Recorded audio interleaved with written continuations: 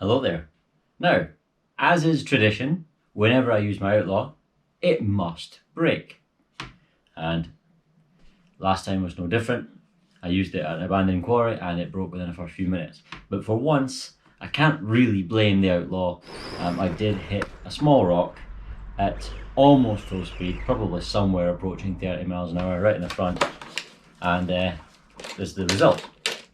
Now, I think it's simply, I had a quick look at it there and then on camera. I think it's simply the hinge pin braces. So I have some here. They're definitely broken, at least one of them's broken. But I don't know if there's any other damage. I haven't had the shell off since, so let's investigate if there's any other damage there and what we need to do to fix this.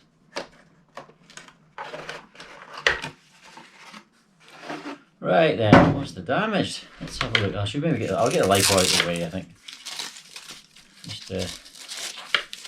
Just for argument's sake, we'll get that out of the way. Now, you can see there, the wishbone is fully intact. And I don't think you'll be able to see on camera, but in there is the rear hinge pin brace and it is knackered. I don't see any other damage at the moment, which is miraculous. I couldn't believe the, is there close, see the shock, the bottom of the shock eye there, where it mounts on the screw. It's had a chunk taken out of it. It's almost to the point where it's through the plastic and I need to buy a new eyelet, but in the meantime it's fine, it's okay. Everything else seems good.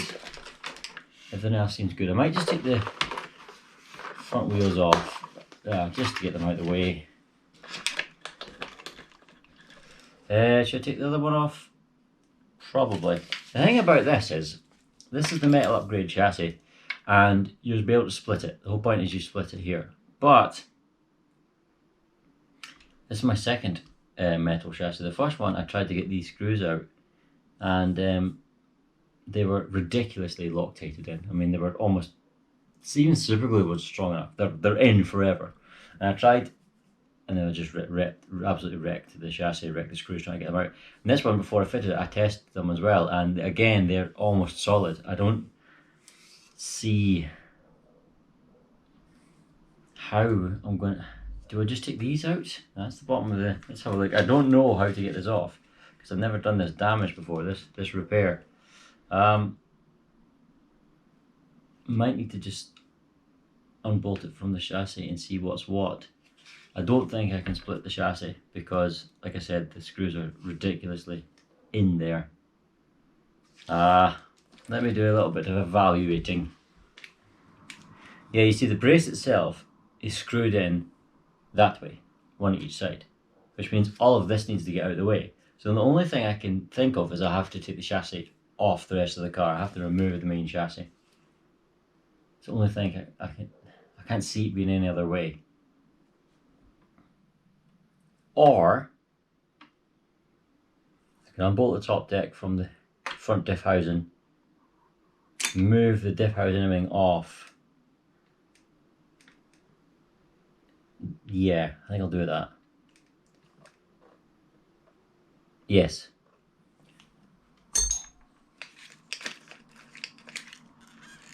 Right, oh. Some grass and stuff in there. Yeah, you can get access this way. Thankfully, that's only what, 10 screws as opposed to taking the whole thing apart. I'm going to slide this off, I think, or is it? No, there's still 2 screws to come out, so it's 12 screws. Can I get access from here? That weird one? I think that weird one. Yep. No, just dirty. Still the purple one. Good. There we are. The diff grease is getting a manky. It's not a sealed unit apparently. I mean, there's definitely dirt in there.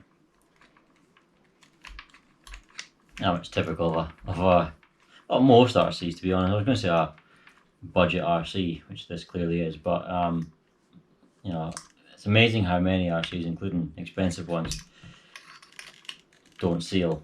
You know, you open them up and the diffs are dirty, or the gearbox dirty or whatever inside. And there's the damage. See, half of it's missing, a little bit of it's here. So yeah, that's the only damage. But you know, there's chunks taken at the arm, the chunks taken at the bottom of the shock mount, as I said, but that's about it. I do still have the original hinge pin somewhere. I had it set aside. What did I do with it?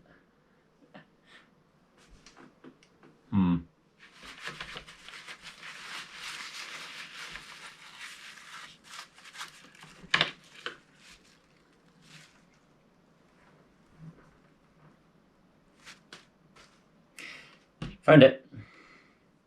It was in the pile of stuff, which is obviously the way I file things very accurately. There's the rest of it. Just take that off, and the hinge pin itself is still straight. It's quite a strong hinge pin actually. So good, still serviceable, perfectly serviceable. I just need to get the correct one from the bag and reverse the process, and all is well. So there's the rear one here. I could have got alloy ones. The alloy ones obviously stronger, slightly more expensive. But I could see this acting as a sort of physical, mechanical circuit breaker for this sort of thing. You strengthen one part, and then if it takes a hit, something else breaks along the line. You know, so if you replace the wishbones with alloy wishbones and they take a massive dunt, they tend to rip out the diff housing rather than breaking the wishbones themselves, for example. I can just see this gave out because of the impact I had. Because it was obviously the weakest part, which out of all the things that were impacted, this was the weakest part and it broke. If it hadn't been plastic, if it had been alloy, what would have broken in its stead? I don't know. But these parts are very cheap and relatively easy to replace. So I think unless this starts to be a really repeated problem, I'm going to keep the plastic. You know, I did replace a lot of the parts with blue bits for different reasons. This was for strength, the chassis was for strength, these were for reducing the slop. But those were things that either there was a design flaw with, like the plastic chassis, it's got a design flaw with the mounts on the trailing arms, or it's something that was just happening so often that it was like, well, no, let's just get the alloy ones and then we'll forget about it. This one, I don't think that's going to be the case, but we'll see. And you can see it's got the two prongs here. There's a slot in the chassis, or two slots in the chassis. It simply slots into, and then you bolt it all up. So let's see if I can get the hinge pin back in again, through the wishbone from the back. Maybe easier from the front actually. Yeah, it is easier from the front. Stick it through the arm. Then we get the drive shaft into the outdrive there. Slot that into the front brace. Then the rear one should just be the case of popping that on there.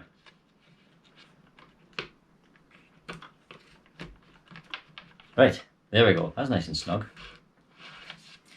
I'm going to reinsert the diff housing into its corresponding place. Let's make sure that the center prop shaft does go into the cup here, and you don't completely miss it, because you'll have to just start again, take the whole thing apart. This might be fiddly, but then this is quite a fiddly RC to work on, so nothing new there. How do I get this? Oh, wait a minute.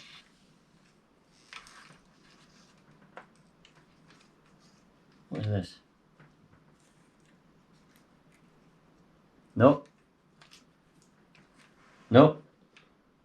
I've just realised there's further damage. I'm just about to fix this up, and there's further damage. Look. See there? Steering arm. There's an arm that mounts between this is the servo. Essentially, servo horn, servo arm, servo saver, and you get the steering arms that come off the servo saver. There's a central one that goes between here and here, and it has snapped as well. And I don't have that part.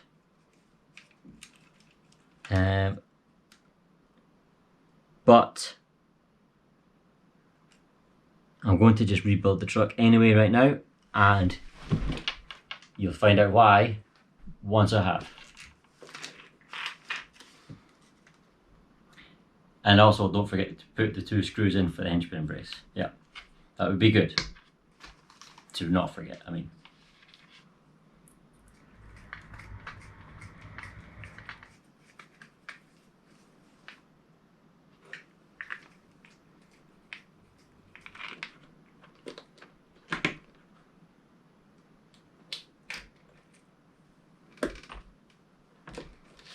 Right then, at least the truck looks complete, looks fine, as a result of that broken steering linkage, however. So basically this is flapping around and I've only got 1 wheel steering. Also it's going to get jammed up. So yes, it's not going to work. So let me just look up this steering linkage and find out what it is, exactly what it's named, and how much it is. It's going to be dirt cheap. It's an FTX and it's plastic. So the part I've broken, FTX part number 6241, steering Ackerman, is about £1.50 for the plastic part, or around about £6 odd for the aluminium part. Not a big deal, not expensive, can get here in a few days, absolutely fine. So why have I rebuilt the truck? Well, it's Friday as I'm recording this, and this morning I got a phone call saying, "Hey Mike, are you still looking for offshore work right now?" Yes, I am. Okay, cool. Can you be available from Sunday? So, great, 2 days notice, including tomorrow, which is the first time I'm going to be able to see my family, my parents, since Christmas Day, because the lockdown officially ends today. I can go and see them tomorrow because Rachel's working right now. So we'll go through, see my parents, and the next day I'm going away. So it's all happening at once, and I didn't want to leave the car in bits, you know, in the room here with all the bits strewn everywhere while I'm away for 4 weeks, whatever it is, 4 weeks, 5 weeks, 6 weeks, I don't know. And Rachel won't be able to get in here to hoover or anything if there's bits everywhere. So rebuild the truck, put it back on the shelf, at least it's fixed, complete-ish, and I'll be happy there. Talking of fixed and complete, the parts have arrived to repair the Triton, so I'll fix that as well. And the next time you see both of these, they'll all be running again. And obviously in the FTX's case, it'll be running until the next time we use it, and then it won't be running again. Anyway, thank you for watching, and I'll see you in a few weeks' time. Take care of yourselves. Catch you later. Bye-bye.